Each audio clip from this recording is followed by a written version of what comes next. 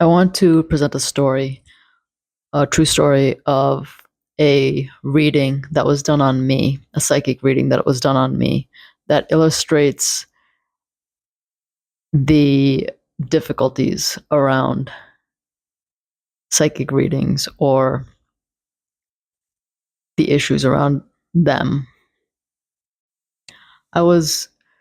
So this woman gave me a reading, and when she tapped into my field and she saw a grave and she saw a college campus, and I did not know what that meant. I don't go to graveyards very often, and I'd like to think there isn't death around me, though it's obviously everywhere. And the and I'm not in college, and nor do I plan to go back to school. And when the vision was very solid, in retrospect, I could see that just the way she spoke, it felt there's a clarity in it. That's how I feel now. Um, it's kind of a vibration of clarity. So maybe you could say a vibration of no vibration of neurosis or her neurosis. Um, so yeah, she had this vision of a graveyard. She had a vision of a college campus, and then while she was doing the reading, she was interpreting on the fly, like the college campus might be me going back to school or something like that, and that didn't land. I'm not interested in going back to school, and she did some interpretations on the fly for the graveyard as well, and I liked this reader, but I said I didn't know what to make of those two images, and but a few days later, actually the day after, I think I went to a town I've never been to before for a work meeting, and I was walking around the town, and it's an old New England town, and I went to this graveyard. I just went inside this old graveyard, old by US standards. Right? And it was kind of a striking thing. This old graveyard, this big field in the back, it was surprising. I did not intend to go to any graveyards that day, but it was really felt like crossing into this threshold, this history, and the vibe is very what you might expect from an old graveyard like that. And so basically, I think she was just picking up on the future, a snippet of the future. And a few days after that, I was on something that very much resembled a college campus, very unexpectedly. It was an event that was held on an island around here, and the place looks like a college campus. It was used for as a educational facility. It was used as other things, but the look is of a college campus. And so again, I think she was just looking at the future.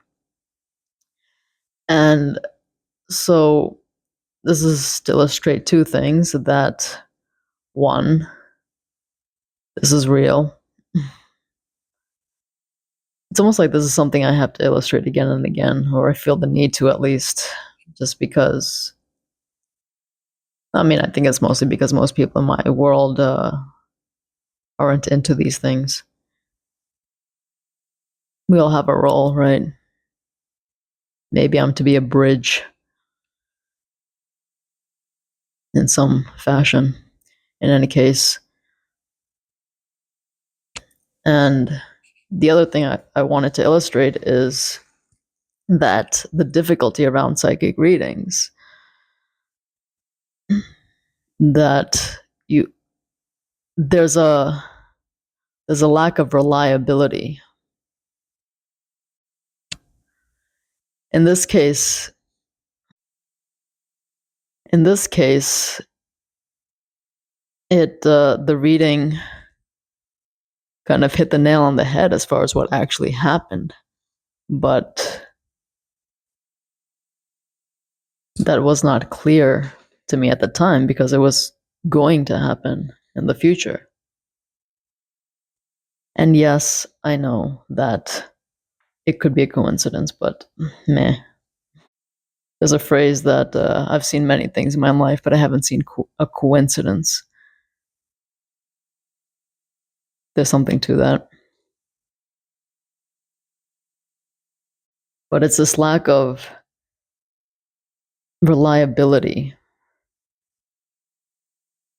The image I get in my head about this is that the psychic releases a dart, but it doesn't hit the bullseye you're looking at, but it hits a bullseye 2 miles away, but you can't see it. I think that's actually a really good metaphor. But if the bullseye is not hit, then and especially if you're charging money for it, then the other person might be like, then the sitter might be like, okay, whatever. And I feel like readings tend to have some sort of resonance, so most people don't think it's a waste of money, or they don't get annoyed at that if it doesn't hit for them immediately or ever. That's a possibility too. But it makes it hard to charge money for it. When you go to the store and buy an apple, you're getting an apple. When you get a reading, you don't really know what you're getting. And that's why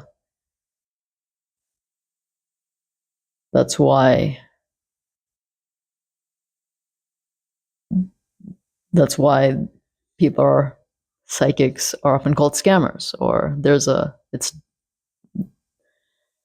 stigma to it in polite society. But many of these same people are also running home and hopping on calls with psychics, so there's that. In any case, that's just what I wanted to illustrate. The lack of reliability of readings makes it a very shady path indeed. It's easy for muggles to dismiss because they tend to be so caught up in their lives that they don't pay attention. This whole thing is about paying attention. This whole world and this lack of attention paid, it creates this whole world. This whole world is one big snake eating its tail. And to be honest, picking up on a few psychic snippets here and there won't even change that. That's just the nature of life. But yes, this whole path is about paying attention. As Rimbaud wrote, sometimes I saw things that they thought they saw. But for most people, a thought in the head is one of 10,000 per day. Again, some people may pay more attention than others. It's an unfortunate thing because I do envision a world where people speak about these things freely, and people are not don't immediately go to the social witchcraft of having to say that, oh, that's bullshit, or something like that. In some cultures, there's a tradition of, you wake up in the morning and you talk about your dreams. And then you go off to work or school or whatever. That's a world that I would like to see more of. That sort of custom.